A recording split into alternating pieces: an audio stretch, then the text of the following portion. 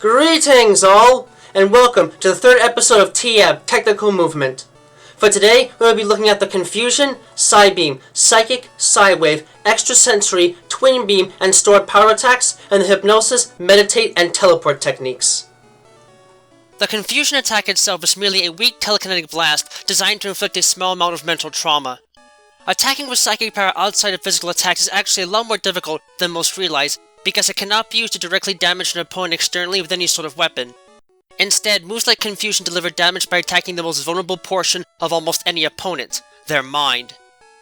The Confusion attack involves sending a weak telekinetic burst at an opponent's mind in an attempt to disrupt the electrical activity in their brains and cause them mental anguish which, in practice, is quickly transformed into physical pain due to special damage. The actual effects of the move, however, tend to vary, as this blast can cause temporary paralysis, incite panic attacks, and even cause hallucinations. About 10% of the time, this will even result in the infliction of confusion on the target, in turn rendering them incapable of battling properly and further susceptible to more confusion attacks. The amount of damage done might actually be small, but against poison and fire-type Pokémon, these weak bursts can more than make life difficult for them in combat. Due to its use of psychic energy to inflict damage, there is no way to directly counter or dodge the Confusion attack. Metallic armor can, however, help reduce and negate the damage dealt by this attack, but rocky armor is unlikely to perform as well on its own. The Confusion attack's low base power is unlikely to make it much of a threat in professional battles, but the fact that it can potentially inflict confusion nonetheless makes the move a danger that decent defenses and attributes that can prevent its secondary effects can easily counter. Much as the name suggests, the Psybeam attack involves striking the opposition with a peculiar ray of psychic energy in an attempt to inflict a moderate amount of mental trauma. Though the attack works on the same principles as the Confusion attack, the Psybeam attack involves sending a throbbing ray of psychic energy at an opponent in an attempt to disrupt the electrical activity in their brains to inflict special damage onto them. As with the Confusion attack though, the actual effects of the move tend to vary, as this telekinetic beam can cause temporary paralysis, incite panic attacks, and even cause hallucinations. About 10% of the time, this will even result in the infliction of confusion on the target, in turn rendering them unable to battle properly and further susceptible to more Psybeam attacks. The amount of damage actually done might be moderate, but against poison and fire-type Pokémon, this strange beam can more than make life difficult for them in combat, which might explain why it was installed as TM16 in Silphco's 9th generation line of TMs. Due to its use of psychic energy to inflict damage, there is no way to directly counter or dodge the Psybeam attack. Metallic armor can, however, help reduce and negate the damage dealt by this attack, but rocky armor is unlikely to perform as well on its own. The Psybeam attack's moderate base power is unlikely to make it much of a threat in professional battles, but the fact that it can still potentially inflict confusion nonetheless makes it a danger that strong defenses and attributes that prevent its secondary effects can easily counter. The Psychic attack itself is a strong telekinetic blast designed to inflict a significant amount of mental trauma. While it may work almost identically to the Confusion attack, the Psychic attack involves sending a much stronger blast of psychic energy at the opponent's mind in an attempt to disrupt the electrical activity in their brains to inflict special damage. Even still, the actual effects of the move do tend to vary, as this blast can cause temporary paralysis, incite panic attacks, and again, cause hallucinations. About 10% of the time, this will even cause the opponent's resistance against special damage, and thus their special defense stat, to drop, and turn rendering them more vulnerable to continued psychic attacks. As a staple among psychic types, the Psychic attack is a potent blow that can certainly make life miserable for most types of opponents with little difficulty. It was in fact this power that led Silphco to release the attack as TM29 within their first generation line of TMs, from which it gained a tremendous popularity among trainers of all kinds, in turn cementing its position as TM29 within almost all successful generations of TMs, including the company's most recent Sinnoh Special Edition set, before it was recently converted into TR11 as part of the first TR line, and then quietly discontinued afterwards. Due to its use of psychic energy to inflict damage, there is no way to directly counter or dodge the Psychic attack. Strong metallic armor can, however, help reduce or negate the damage dealt by this attack, but weaker metallic armor and rocky armor in general are unlikely to perform as well on their own. The Psychic attack's high base power alone makes it a dangerous weapon in battle, but the fact that it can be learned by a wide variety of Pokémon via artificial means and can potentially lower a target's special defense stat makes it a hotly abused move in combat. As such, strong defenses are highly recommended for reducing whatever damage the attack can do as much as possible. The Psywave attack is a bizarre psychic wave designed to inflict mental trauma on the opposition without being dependent upon the user's actual psychic powers. The move is generally only learned by psychic types that are unable to completely direct their psychic powers initially, though there are a handful of exceptions. Regardless, the attack is sadly unreliable because the amount of damage it actually does is variable. This is in turn due to the fact that the unfocused psychic energy within this wave varies in intensity back and forth as it travels through the air in a cyclical fashion, meaning that the damage done is dependent upon when the attack actually strikes an opponent. The damage is not completely random, however, as the amount of psychic energy released is also dependent upon the overall experience level of the user. In practice, the Psywave attack will thus deal damage equal to 50 to 150% of the value of the user's experience level, regardless of the opponent's type or stats, with the exception of dark types. This semi-random damage factor can make the move more than unpredictable in battle, but if little else is available, it can certainly fill a role of being a method of effectively dealing damage, especially since it is affected by items like King's Rocks. Silphco oddly found favor with the move's bizarre and unpredictable nature, and decided to release the move as TM46 within their first generation line of TMs. Their interest was not shared among trainers, however, and the move was quietly discontinued afterwards. Due to the move's unique attributes, there is no way to directly dodge or counter the effects of the Psywave attack, and armor will have no effect on the damage it is capable of inflicting. The only real detriment that comes with this attack is that the damage it does is capped at a certain point dependent upon the user's experience level, so the maximum damage it can actually do is partially predictable and oftentimes small enough to be survivable in battle. In essence, the Extrasensory attack involves the user attacking the opposition with an odd burst of psychic energy to inflict damage. The Extrasensory attack is a poorly understood attack in terms of functions, and there is little that can be said concretely about it.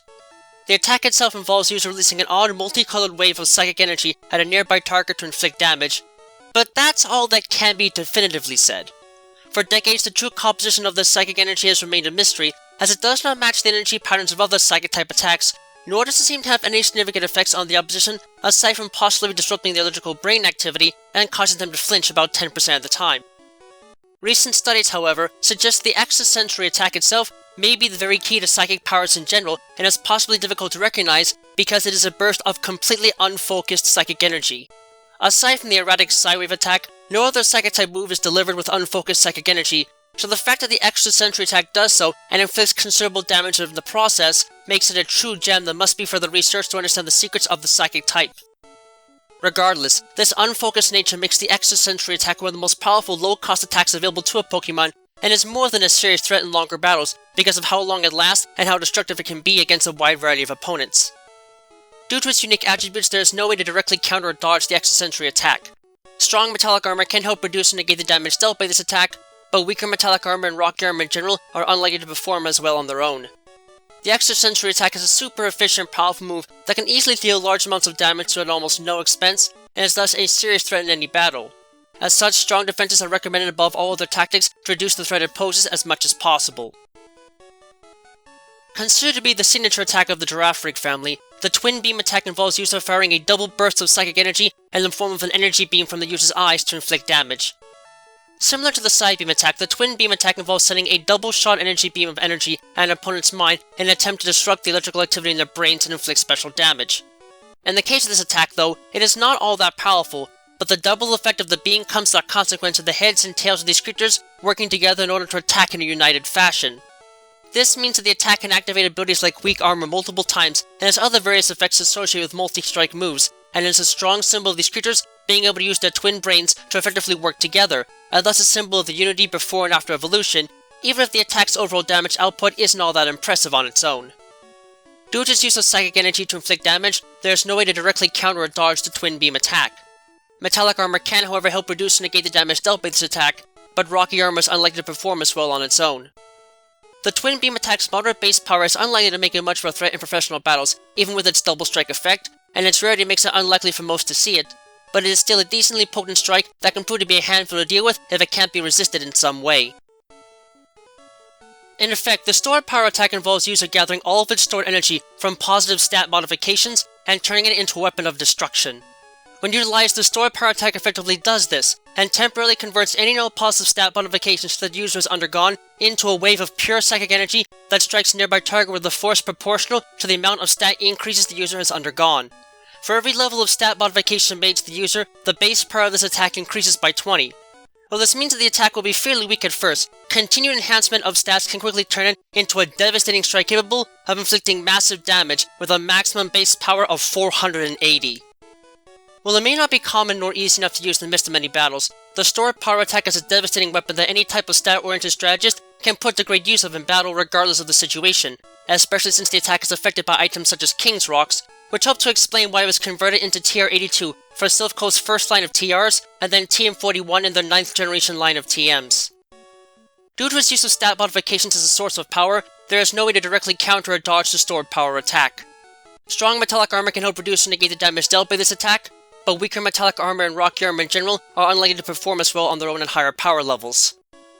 The stored power attack is a finicky move that few trainers will choose to rely on in battle, but for those that enjoy using stat-raising moves and techniques like baton pass to pass them on, this move can quickly become a devastating weapon that only strong defenses will be able to resist, though it might end up being better to bring strong offenses instead to knock out the opposition before they can power the move up too much. Much as its name suggests, the Hypnosis technique involves using hypnotic suggestion to try and put the opposition to sleep. The use of hypnotic suggestion to make others do things they otherwise would never do is a pretty popular trick among sideshow performers, and a serious device used by therapists to try and manipulate others into revealing parts of themselves that are usually shut tight. The Hypnosis technique, however, is less along the lines of a helpful device, and closer to simply being a tool of manipulation. The purpose of this move is to effectively place a target into such a deep trance that they actually enter into REM cycles and are effectively asleep. Obviously, such a deep state of hypnosis is not easy to obtain in any subject, so the move is fairly inaccurate. Nonetheless, it is a staple move among many psychic and ghost-type specialists, and goes perfectly well with the remaining assortment of confusing and intoxicating moves, so the technique's performance in battle is more than valid for even professional battles. Pokémon that are mobile enough to get out of the move's effective range, as well as moves, items, and abilities that either cure or prevent sleep, are highly recommended for countering the Hypnosis technique. Otherwise, the only thing that can really be done is to wait for the status condition to wear off.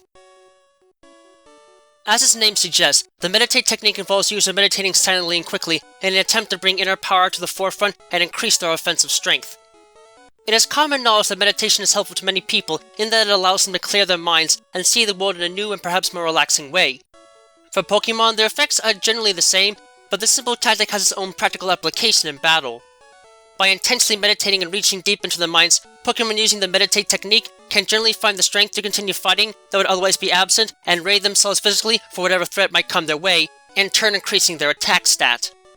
The fact that only a scant few species can utilize the technique in such a fashion tells a lot about both psychic and fighting types in general, namely that they are generally unable to physically reach inside in this fashion and ready themselves for battle with meditation alone.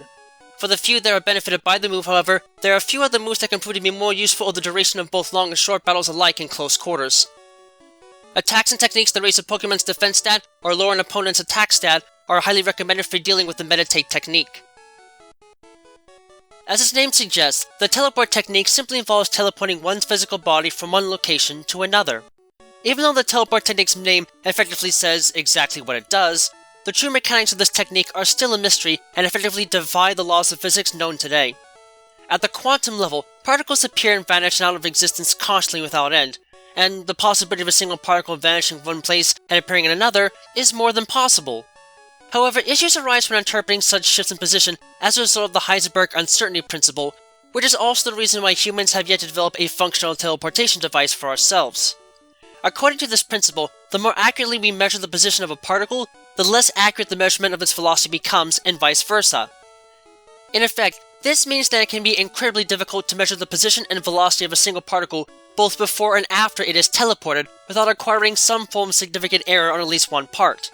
In the case of huge macroatomic objects such as Pokémon and even humans, that error is exceptionally likely to be lethal. Yet, by some miracle of psychic power, there are a number of Pokémon that have the ability to seemingly bypass or otherwise cope with this issue and instantly teleport themselves from one location to another without any loss of data regarding their atomic arrangement at the moment of teleportation. Needless to say, there is currently no explanation present as to how they are able to do this. What is known, however, is that these Pokémon can accurately teleport themselves and even others to specific locations at the request of another, even in the midst of battle, in turn making the move a great way for trainers to get back to a specific place if time is a pressing concern, and even more perfect for Pokémon like Abra that are otherwise unable to attack directly in battle, swapping the position with another Pokémon in one's party after the opposition makes a move in almost all cases. Despite its bizarre functions, Silphco thought that the move was a worthwhile risk when they decided to release it as TM30 within their first generation line of TMs. Issues with the accuracy and stability of the technique outside of those able to naturally utilize it, however, quickly doomed it. Without moves or abilities that are designed to prevent escaping, there is no way to directly counter the teleport technique. It is duly noted, however, that the distance that an individual will be able to teleport will be severely reduced if locked into a trainer battle, to the point of making it only good for switching out a Pokemon with another. That's it for this episode, so stay tuned for the next episode of TM Technical Movement.